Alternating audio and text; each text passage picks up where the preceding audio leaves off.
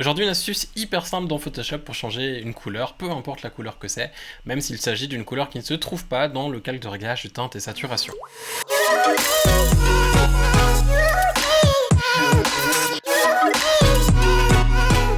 Aujourd'hui, la technique que je vais vous montrer, c'est vrai que c'est une technique que j'emploie assez souvent, mais en fait, elle est assez simple et du coup, elle me passe complètement au-dessus quand j'utilise et j'en ai simplement jamais parlé sur ma chaîne YouTube. On va voir aujourd'hui comment on peut modifier une couleur en particulier, même si elle ne se trouve pas dans le calque de réglage teinte et saturation. Parce que par exemple, si on veut modifier du orange, il n'existe pas dans teinte et saturation, il est entre le rouge et le jaune, et du coup, on est obligé de modifier les deux pour arriver à modifier juste l'orange.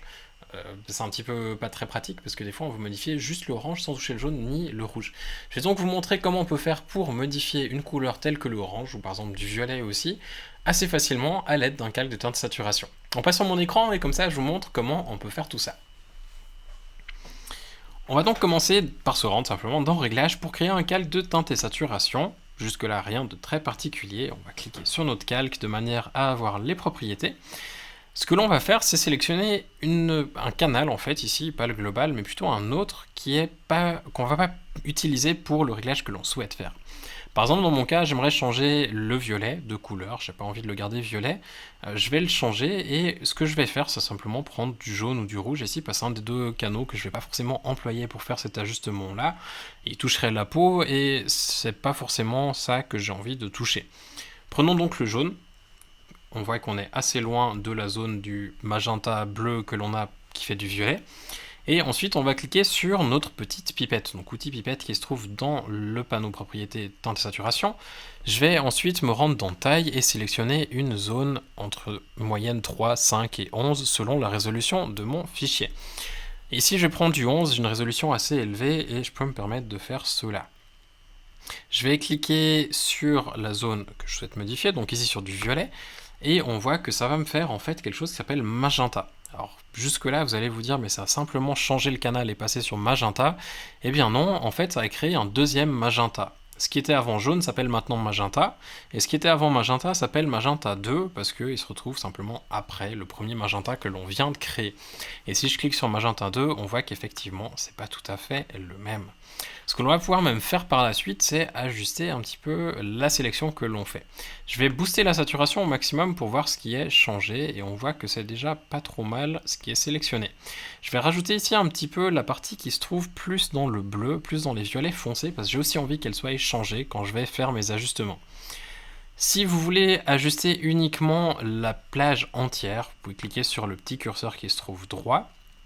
Si vous voulez ajuster la plage avec la transition de dégradé, vous pouvez cliquer entre les deux de manière à déplacer la fin et la transition, ou alors juste ajuster la transition aussi. D'une fois que vous avez ajusté un petit peu ça, pour avoir un réglage qui se rapproche un peu plus de ce que vous souhaitez, on va simplement remettre notre saturation à 0 et on peut changer maintenant soit la teinte, soit la saturation, soit la luminosité pour notre couleur qui s'appelle d'après Photoshop magenta, mais qui d'après un humain serait plutôt une sorte de violet. Je vais par exemple changer ici la teinte de manière à faire quelque chose de très visible. On va essayer de chercher quelque chose un peu plus rouge par exemple. On voit que là on n'est pas trop mal, et ensuite on peut un petit peu parfaire notre sélection comme on le souhaite, de manière à avoir vraiment aucun petit truc qui devrait traîner dans la plage du violet, et vraiment avoir le meilleur réglage que l'on peut si on souhaite changer une couleur et qu'en fait elle est un petit peu plus large que ce que l'on pensait au départ. Une chose à faire attention, c'est que si vous avez une couleur qui est très précise et très marquée, c'est que la transition, si vous l'écartez, vous allez souvent vous retrouver avec des effets un petit peu bizarres. Comme là par exemple, je me retrouve avec un bleu foncé autour, alors que c'est pas du tout ce que je souhaite. Je veux juste changer mon violet et pas trop changer ce qu'il y a autour. Je vais donc diminuer un petit peu les zones de transition de manière à avoir quelque chose de très net et changer uniquement la couleur que je souhaite modifier.